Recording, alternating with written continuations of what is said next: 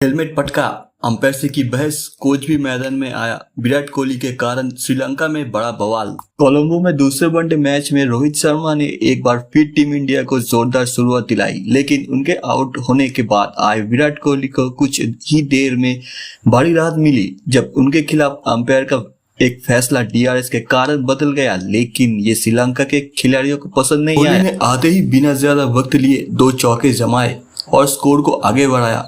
उनके दूसरे चौके के बाद ही हुआ विवाद। स्पिनर अकीला धनंजय के ओवर की आखिरी गेंद पर कोहली के खिलाफ एलबीडब्ल्यू की अपील हुई, जिसे अंपायर ने आउट दे दिया। कोहली ने इसके खिलाफ रिव्यू लिया और यहीं पर हुआ हंगामा। रिप्ले में दिखा कि गेंद पर विराट के बैट के पास थी और इस दौरान स्नीकोमीटर पर थोड़ी हरकत हुई, यानी ऐसा लग रहा था कि गेंद बैट से लगकर पैड पर लगी। ऐसे में थर्ड अंपायर के पास इस फैसले को बदलने के अलावा कोई चारा नहीं था। यह फैसला आते ही श्रीलंका के खिलाड़ी भड़क गए और अंपायर से बहस करने लगे।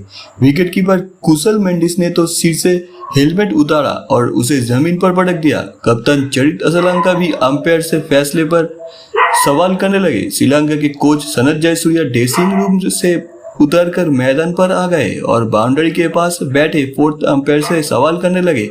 कुछ श्रीलंकाई खिलाड़ी भी कोहली से पूछने लगे, जिस पर कोहली हंसते हुए कुछ बोलते दिखे। अब सवाल यह है कि सब कुछ साफ दिखने के बाद भी श्रीलंकाई खिलाड़ियों को गुस्सा क्यों आया। असल में रिप्ले में जो दिख रहा था वो कंफ्यूज करने वाला था। जब स्नीकोमीटर पर हरकत दिखाई दी तब गेंद विराट के बैट के बिल्कुल पास थी, लेकिन अगले ही पल जब गेंद उनके बैट के एज के बिल्कुल बगल में थी तब स्नीकोमीटर पर कुछ हलचल नहीं थी। श्रीलंकाई खिलाड़ी इसके लेकर ही सवाल उठा रहे थे कि जब बैट के बगल में गेंद